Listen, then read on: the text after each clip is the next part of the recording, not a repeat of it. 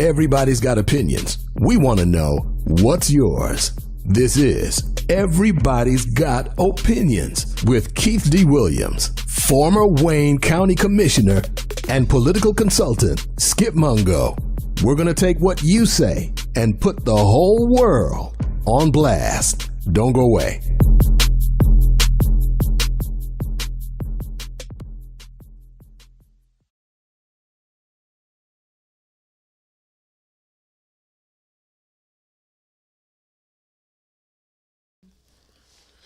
Welcome to Everybody Has Opinion. You know, a lot of folks, we got a lot of pontification out in the hood. Everybody's got opinion about everything. And so we just bring it to you every Saturday, me and Skip Mungo. That's my consultant friend and my best friend. That's and right. I'm Keith Williams, former Wayne County Commissioner. We try to stir it up a little bit so the listening audience will get a greater understanding from where we're coming from. Skip, you know, also, if you want to voice your opinion, call in at 313-395-336. If you want to voice your opinion, 313-395-3336. The topic for the day is this: will Detroit ever be the same? You mean since? Okay. I mean, what are we comparing it to? Yeah, that's what I had this on the earlier show. Mm-hmm. Okay, I want to talk about politically and economically from the 1960s, how Detroit was formed into the present day. Okay, in the 60s we talked about this. 50s we had, from the 30s to the 50s we had Republican governors. Right. But the Republican mayors. Okay, from 1960 when Jerome Kavanaugh came in, became a Democrat. Right. We've been having Democrats ever since. Yeah. Okay. So because of the shift in the population too. Shift in the population, but even in the early 60s, Detroit was still majority white. Yeah, no, you're absolutely it was still majority right. You're right. White, and then things happened. You're right. The 67 riots just turned everything to a different mindset for those folks who don't look like us, and we was forced to stay here because we had nowhere else to go. Yeah. See, the 67 riots actually helped those who wanted to leave. It just pushed them out. Yes. It gave them excuse to leave as opposed to, I don't want to live next to y'all, to, oh, it's too dangerous. We see now that a lot of those folks who left, their children who have never been in Detroit, meaning in some of the neighborhoods that they're moving in. So I'm saying all of that to say they're not afraid. So them 67 riots, it didn't strike a lot of fear in their hearts because the riots didn't go into the neighborhoods. The riots were mainly kept in the business district. But they started moving out. Nevertheless, the shift in politics changed. Like you said, we went from Republican. Who was the last Republican mayor? Mariani? Yeah, then Kavanaugh came on his side. Kavanaugh came. Then, well, you know, let's look at it. Let's take it in two sections. Mm-hmm. One, economically, because majority of blacks came here because of the automotive industry. Mm-hmm. Well, when they opened up the freeway system through the skullduggery, they'd open up suburbs. Right. Then that opened it up, the robber barons to find some new territory. That's right. Okay, and so when the freeway system up, Southfield was the first. Yeah. First city. Yeah, Southfield, right. Southfield, but you also had Rollo Township. Well, you had Oak Park. You had Oak Park. But you could get right to Oak Park just by crossing 8 miles. So I see what you're saying. Yeah, but the freeway system took them further north. Yeah. Okay? So that gave the excuse of the robber barons and the automotive guys to move out of Detroit into a new system. Right. Okay? And so those jobs were gone. The jobs were going north, and black folks were still here trying to make it work for us. Okay? And so we never did the conversion of our automotive into another way of making money. Okay, like some states went to technology, we stayed on alignment with automotive thinking. Still hooked on. It's still hooked up. We hooked on the automobile industry like a heroin addict. Yes. And when we don't have it, we get sick. We get sick. Yeah. You see what just happened? Although I'm not going to say, I don't want to put a number on it, but a lot of folks who live in the city of Detroit don't have a connection to the automobile industry personally, meaning they don't work there, their parents don't work there, their children don't work there, but we still took an interest in the strike because the automobile industry is us. Yeah. We never waned off of it. Yes, and basically what happened is we were dependent on the automotive industry. Then other emerging markets or other folks came to Detroit, started buying up the neighborhood economics. Yeah, the retail stores, the gas stations, the restaurants, and all those things started turning. We did have some greasy spoons in the community. Right. We had Dotnettas was black owned. We had Young Barbecue. Yeah. We had Texas style barbecue. We had all of that stuff. And then black folks started moving out of Detroit, and they left Detroit to fend for himself. Okay, even the folks that work in the plant saved their money up and bought first and foremost, when 67, we could live in University District, Sherwood Forest, and those places over there, Bagley community and things like that. So when folks started moving from the east side, they started coming on the west side. Then they went to Sherwood Forest. And then after the white folks left, black folks came. Then after the white folks left, then the sophisticated Negro left. Okay. Listen, you just a couple of years older than me, so you remember this trend, yeah, right? I remember the trend. See, all I can remember is just black Detroit. Yes. I don't remember anything else. I just remember black Detroit. I'm telling you, on my street, we moved from Black Bottom to Homer Street in 1958 or 59. The street was predominantly white. As soon as we came in, they started leaving.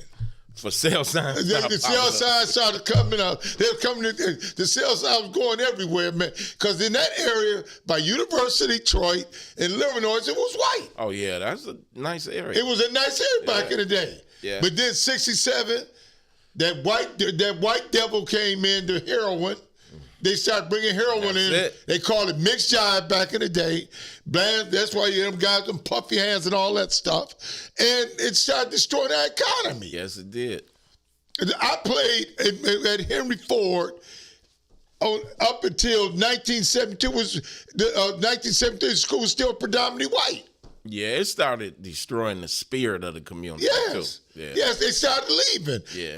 My football team, I played against Redford County. They were white schools. Yeah. Denby was white schools. Osborne. Did you play with any white people, guys on your football team? Yes. At the Ford? Yes. Yeah. I went from when I left Fitzgerald in 1963, I got bused to McKinney, which was an all-white neighborhood. Okay, I'll never forget this. Going down the street, they said, "Here come the niggas." Okay? Wow. Detroit was segregated, man.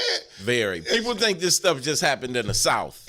No, it was here. Yeah. You didn't have to go to Alabama. You didn't have to go to Mississippi. We had Mississippi, Alabama, and in Detroit. Listen, Malcolm X gave a speech back in the 60s. He was here in Detroit, and he talked about, he said he used to live here. He said, I lived out in Inkster. He said we used to have to ride through Dearborn to get to Inkster. He said it was like riding through Mississippi. Yes. And he asked the audience, he says, is it still that way? Everybody hollered, yeah. It was that way when I was a kid coming up. I remember being pulled over by the police in Dearborn, and they flat out asking me, where are you going? What are you doing over here? Now, you had a major mall in Dearborn, but look at the garbage cans back in the day. Keep Dearborn clean. Clean. Oh, yeah. That was a subliminal message. That was Hubbard, man. Yeah, Mary Hubbard. Yeah. I served with his granddaughter on the Wayne County Commission, Susan Hubbard. Susan Hubbard. Yeah, but it said, keep Dearborn clean. They would keep Negroes out. That's it. That's Mayor what Hubbard. it was. Mayor Hubbard. So just imagine you're a young kid in the 3rd grade going to an all-white school. Man, it was a difference. It was a difference maker for me. Yeah. Okay, so in the 6th grade, each kid had in my classroom, with matriculating to going into middle school, had to take a kid home for lunch. Really? I went to Joe Rosenberg's house. Where did he live? He lived about 3 streets from the school. And I went over there. That's the first time I got a taste of monster crackers and all that other stuff. But then me and Joel we matriculated to Metatar. Then there's another thing happened. The kids from Russell Woods, Sherwood Forest, and those kids all migrated to Metatar. Really? I had a friend named Nancy Fleck, her father was a doctor. We all went to school together. Right. This was middle class Negro. Oh, I know. I have a friend, older guy. He's a little older than you, named George Murphy. George Murphy, a hell of a guy, man. Right. But George talked about how when he was young, same concept you talking about. I never experienced that. They cut it out by the time I came up. Yeah. But he said he went to a friend of his house, lived on Otter Drive, right there on that curve. Yes, right. That big white house. Yes. He said it's the first time he ever sees somebody with a maid in his life. Yeah, one of his schoolmates. I think he went to Bagley, I think. Yeah, I'm just telling you, I say there was an experiment with that went right. Yeah. Okay, because my friends, man, my dad was a factory worker. My mama cleaned house on Curtis by Mumford. The Jewish folks live over in that area. My mother and them, Miss Nathy, I remember the name, Miss Nathy, and my mother went over there. They became the best of friends, but my mother and them cleaned their houses, okay? Yeah. So I experienced that, okay? But the bottom line is this. 67 riots, 70 mass exodus of my brothers and sisters, and then the city, and up to 70. Hold on, don't leave this out. When the people left the city of Detroit, I can't think of the number off the top of my head, but it was close to 200,000 or maybe over 200,000 manufacturing jobs left the city of Detroit. Yes. Between 1946, I think, and it was whatever the greatest economic prosperous time in the United States of America. Detroit started losing jobs, the freeways and the people. Now I ride the city a lot. Right. Sometimes I'll spot little small buildings, like at the end of a residential block, and people tell me, "Oh yeah, there used to be a machine shop." I mean, they littered all over the city, but those represent lost jobs, man. No city on this earth could have survived what Detroit had bestowed upon them. It was a curse. We had, back in the day, we had the Barthwells. The Barthwells was the original Rite Aid. Sure. That's right. They had the soda fountains and all that stuff, okay? But the kids, from what I'm told, the kids went off to college and stuff like that. And became lawyers and stuff. And they said, forget the father's business, who was a pharmacist. He was a pharmacist, sure. Mr. Barthwell. I'm told that that's a part of my family. Oh, okay. I don't know. I'm trying to research it. Sure. But that's what I'm told. But at the end of the day, we owned gas stations. We owned everything back in the day, man. Then all of a sudden, we got caught up. Our kids started going to college for being doctors, educators, and things like that. But nobody went down the road of owning a business and ownership, okay? And that's what happened. I remember in my neighborhood, we had Mr. Clayton. Mr. Clayton did the numbers. He did everything out that store, but he was a black man. Right. And his wife. Right. I seen that. I seen black ownership when it came down the store. My father owned a store on the corner of Linwood and Puritan.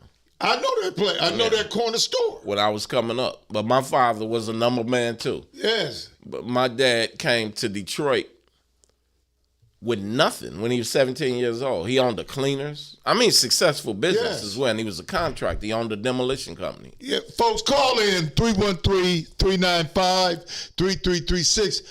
Give us your perspective on what you think if Detroit's gone forever. Okay? Because this is an important conversation here today. Because after Coleman left, really, we got Dennis Archer, a different kind of black man. He wasn't born here, but he was from Consopolis. I think he was born and moved to Consopolis, but he came in with a different way of thinking. He said, we got to get along with the suburbs, okay? And L. Brooks Patterson and those guys. And then after he left, we got Kwame. Kwame's supposed to usher in a new excitement, new energy when it comes down to youth and greater understanding of politics.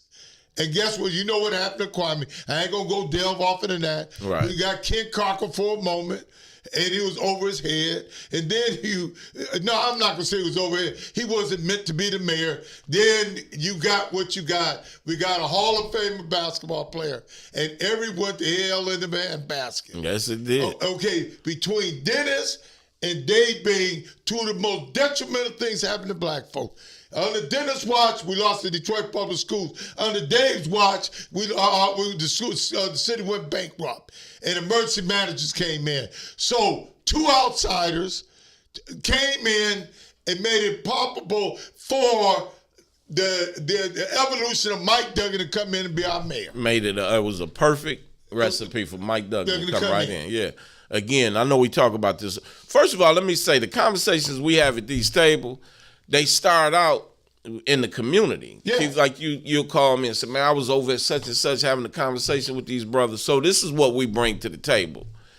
But back to just to piggyback on what you were talking about with Dennis. I mean, you called it out perfectly, right?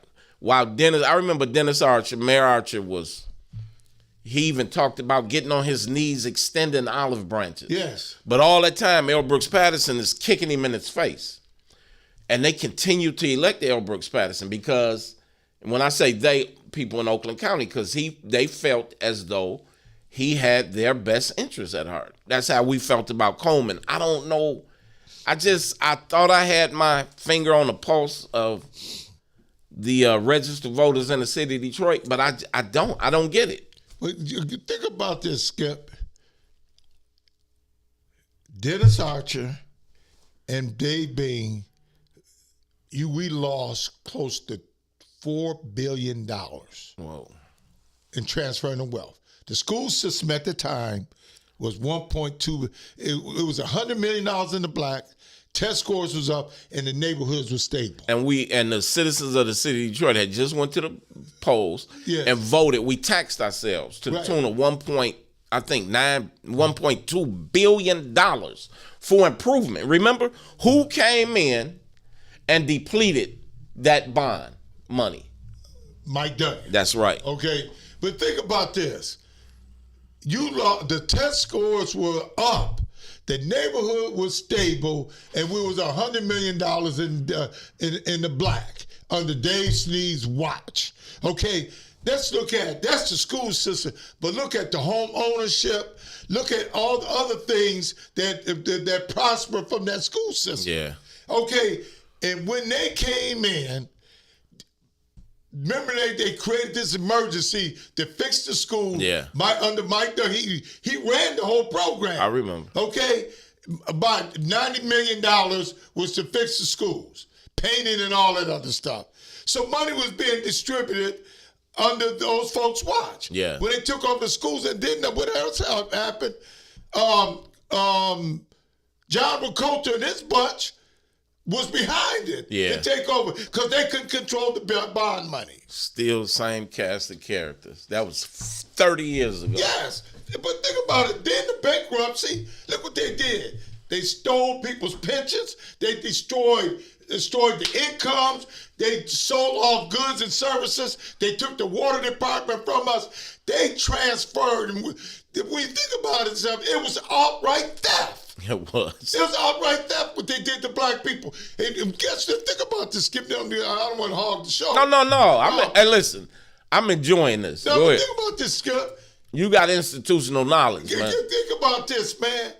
Go into the neighborhood where a school is at and see what the neighborhood look like. Yeah.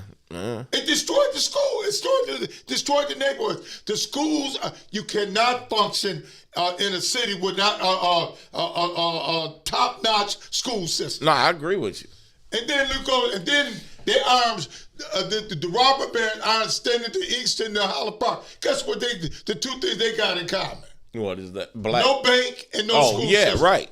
And both of them are predominantly black cities. The black city. Yeah. So they still are taking wealth from us, and we continue to keep feeding the robber barons. Now they're in Detroit. They coming back. They buying up everything, Skip. They're creating